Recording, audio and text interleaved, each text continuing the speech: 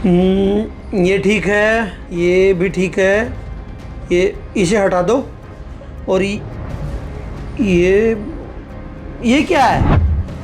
ये शहीद वाली स्टोरी किसने लिखी है? सर रिपोर्टर ने ड्राफ्ट की थी, मैंने लगा दी। ऐसे कौन लिखता है? बुलाओ उसको, अभी बुलाओ। जी सर। जी सर।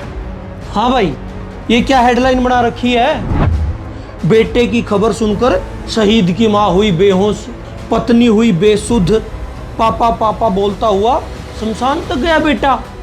हाँ सर, सब सही है। मैं खुद गया था गांव में, सब आंखों से देखा। स्टोरी के साथ मैंने फोटो भी फाइल कर रखी हैं सारी। वो ठीक है, लेकिन शहीद की खबरें लिखने का एक तरीका होता है, एक फॉर्मेट होता है। कभी टीवी नहीं देखा क्या, या अखबार नहीं पढ़ा? लिखो शहीद को नमन, शहीद के जज्बे को सलाम। पिता ने कहा बेटे पर गर्व है, दूसरे बेटे को भी भेजेंगे फौज में। शहीद की पत्नी ने किया पति को सैल्यूट, मां ने चूमा बेटे का माथा, बेटे ने लगाया जय हिंद का नारा। ऐसे बड़े बड़े शब्द लिखने चाहिए। लेकिन ये बड़े बड़े शब्दों के पीछे असली दर्द तो छिप जाएगा ना सर। ये बड़े बड़े शब्द पढ़कर लोगों को तो यही लगेगा कि मानो कुछ हुआ ही नहीं, परिवार तो खुश है, उसे तो कोई दिक्कत ही नहीं, पूरा परिवार गर्व में है। हाँ, तो देश के लिए जान देने का गर्व तो होता ही है।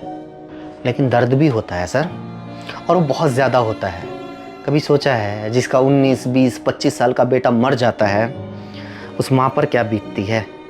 सारी ज़िंदगी यकीन नहीं होता कि वो चला गया। मेरी अपनी फैमिली में मेरे ताऊ का लड़का 8 साल पहले शहीद हुआ था। मेरी ताई आज तक दहलीज पकड़ कर रोती है। वो दिन है और आज का दिन। मैंने अपने ताऊ को कभी ना ढंग से बोलते हुए नहीं देखा। ऐसा लगता है कि जैसे आंखों के सामने कोई लाश बैठी हुई है। ये बड़े बड़े शब्द गुनाह हैं, क्योंकि इससे देश को पता ही नहीं चलता कि बिना बाप के बच्चे सारी ज़िंदगी कैसे गुजारते हैं। 24-25 साल की उम्र में बेवा होने वाली लड़की पति के मरने के बाद खुद कितनी बार मरती है। एक दिन शहीद की मौत को जश्न की तरह पेश करके मीडिया कभी झांक कर भी नहीं देखती कि अगले दिन उस शहीद की फैमिली के साथ क्या होगा। देखो, वो सब मैं समझता हूँ, लेकिन मीडिया के कुछ एथिक्स होते हैं बेटा। अगर हम ये सब दिखाने लगे, लिखने लगे, तो फौजियों के परिवारों का हौसला टूट जाएगा, उनमें एक डर पैदा होगा। हाँ, तो इंसान है तो उसे डर भी लगेगा, उसे दर्द भी होगा। क्यों नहीं हम लोगों को बताते कि फौजी भी हमारी तरह इंसान होते हैं, हार्ड मांस के इंसान। उनके भी परिवार होते हैं, इमोशन होते हैं।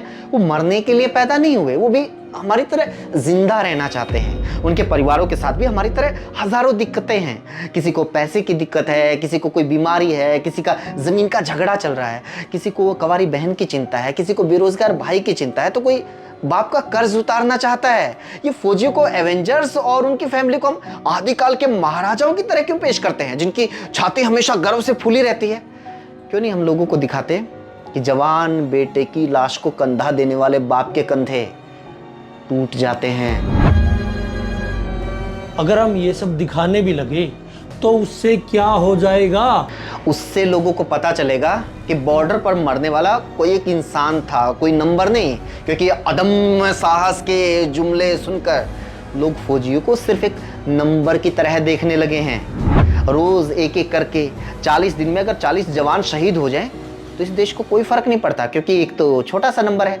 लेकिन अगर एक साथ 40 जवान शहीद हो जाएं तो सारे देश की भावनाएं उफान मारने लग जाती हैं, क्योंकि 40 बड़ा नंबर है। और पुलवामा हमले के बाद ये नंबर बेंचमार्क बन गया है। मीडिया और सरकार ने तो कसम खा रखी है कि जब तक एक साथ 40 से ज्यादा शहीद नहीं होंगे तब तक हम मानेंगे नहीं कि कोई शहीद भी हो रहा है, मानेंगे ही नहीं कि देश में आतंकवाद भी है, मानेंगे ही नहीं कि सैनिकों के साथ कुछ गलत हो रहा है। और कुछ साल से तो प्रधानमंत्री, रक्षा मंत्री और गृह मंत्री ने सैनिकों को श्रद्धांजलि देने वाली सोशल मीडिया पोस्ट लिखने की फॉर्मेलिटी करनी भी बंद कर दी है, क्योंकि रोज 1, 2, 4 के शहीद होने से क्या फर्क पड़ता है। ओके, तो मतलब तुम्हारी इन सारी बातों का कंक्लूजन ये है कि आखिर में हमें सरकार पर उंगली उठानी है, सवाल उठाना है। दूसरों के बेटों की शहादत पर देशभक्ति का ज्ञान देने वाले जय शाह के पप्पा से, पंकज सिंह और नीरज सिंह के पप्पा से उनसे सवाल पूछने में क्या दिक्कत है? उन लोगों से सवाल पूछने में क्या दिक्कत है जो कहते थे कि एक बार मोदी प्रधानमंत्री बन जाए तो आतंकवाद खत्म हो जाएगा? क्यों नहीं पूछा जाना चाहिए कि मोदी 3-3 बार प्रधानमंत्री बन गए और ये आतंकवाद लगातार क्यों बढ़ रहा है? क्यों हर दिन बिना युद्ध के बॉर्डर से सैनिकों के शव वापिस आ रहे हैं? क्यों नहीं पूछा जाना चाहिए कि नोटबंदी के बाद तो आतंकवाद खत्म हो गया था, फिर ये सैनिकों पर हमले कौन कर रहा है? क्यों नहीं पूछा जाना चाहिए कि 370 हटने के बाद आतंकवाद की तो कमर टूट गई थी, पाकिस्तान चीन तो मोदी के नाम से थर-थर कांप रहे हैं, तो ये डोकलाम, उरी, पठानकोट, कठुआ, अनंतनाग, शोपिया, जम्मू जैसे हमले कैसे हो रहे हैं? कहाँ है वो मोदी की बुलेट प्रूफ जैकेट्स जिनके नाम पर हर इलेक्शन में वोट मांगी जाती है, जिनके नाम पर भारत के लोगों से दुनिया में सबसे ज्यादा टैक्स वसूला जा रहा है? क्यों नहीं मोदी से पूछा जाना चाहिए कि रूस यूक्रेन का युद्ध रुकवाने वाले पप्पा अपने सैनिकों के ऊपर हमले क्यों नहीं रुकवा पा रहे?